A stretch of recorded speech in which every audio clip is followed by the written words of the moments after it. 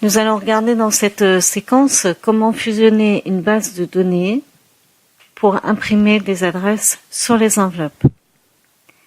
Donc, je vais activer l'onglet Publipostage, puis démarrer la fusion et le Publipostage. Comme je suis un petit peu hésitante, je vais continuer à utiliser l'assistant fusion et Publipostage pour ne rien oublier. Donc je clique pour faire apparaître mon volet de navigation que vous connaissez déjà. Je l'élargis un petit peu, voilà, pour être sûr que tout apparaît sur l'écran. Ensuite, je vais choisir le type de document, enveloppe. Vous verrez que pour les étiquettes, c'est exactement la même chose. Donc pour l'instant, nous regardons les enveloppes. Suivante, document de base. Je veux modifier la disposition du document car je n'ai pas de document déjà existant. Donc je reste ici. Et je vais choisir le type d'enveloppe. Donc je clique sur option d'enveloppe. Là, je choisis l'enveloppe. Donc je vais rester sur celle-ci. C'est la standard. Adresse du destinataire. Donc vous pouvez changer la police, mettre en gras.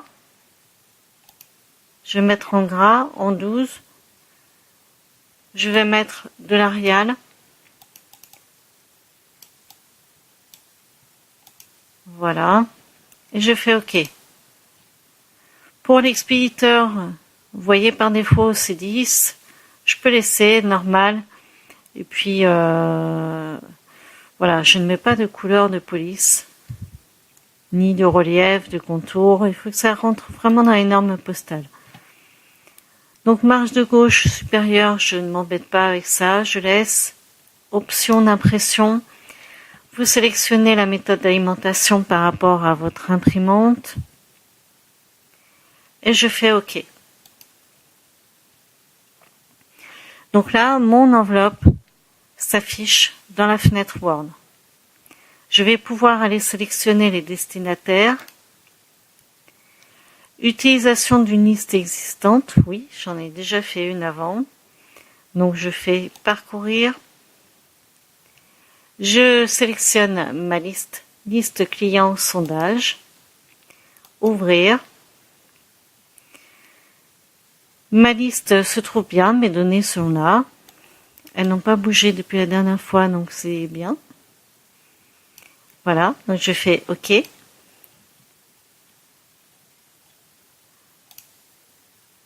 j'ai bien la confirmation que ma base de données liste client sondage est bien rattachée à mon document enveloppe.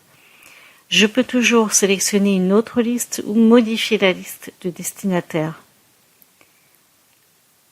Je viens donc sur la disposition de mon enveloppe, où là, je peux intégrer le champ de fusion, bloc d'adresse, ligne de salutation. Je ne vois pas trop l'intérêt sur une enveloppe. Je vous rappelle que ligne de salutation, c'est cher monsieur un tel, chère madame un tel. Affranchissement électronique, si votre entreprise possède une machine à affranchissement, autres éléments, ça correspond au champ de fusion. Donc là, je fais annuler. Donc vous voyez que mon curseur se trouve ici. Donc là, c'est l'emplacement de mon adresse d'expéditeur. Donc je vais mettre essai, voilà. Il me manque l'emplacement pour l'adresse du destinataire. Donc elle se trouve ici en fait. Vous cliquez pour arriver dans ce cadre à zone bleue. Et là, vous allez pouvoir insérer le champ de fusion bloc d'adresse. Donc là, on revient sur la présentation du bloc d'adresse. Il me manque la civilité. Donc je fais faire correspondre les champs.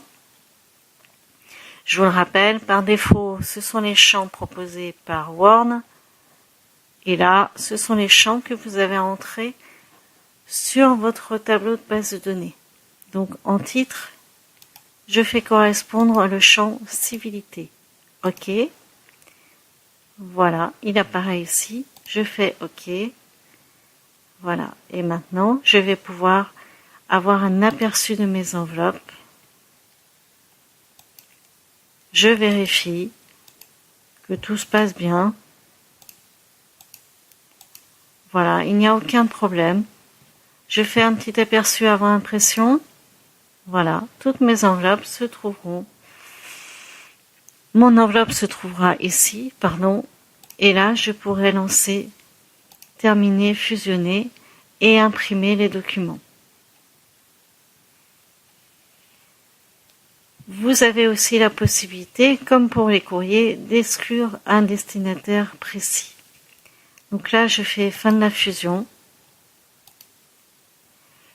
Et c'est là où il me propose d'imprimer ou de modifier les enveloppes individuelles si vous avez quelque chose à rectifier, un élément à rectifier sur une adresse spécifique. Voilà pour la fusion des enveloppes.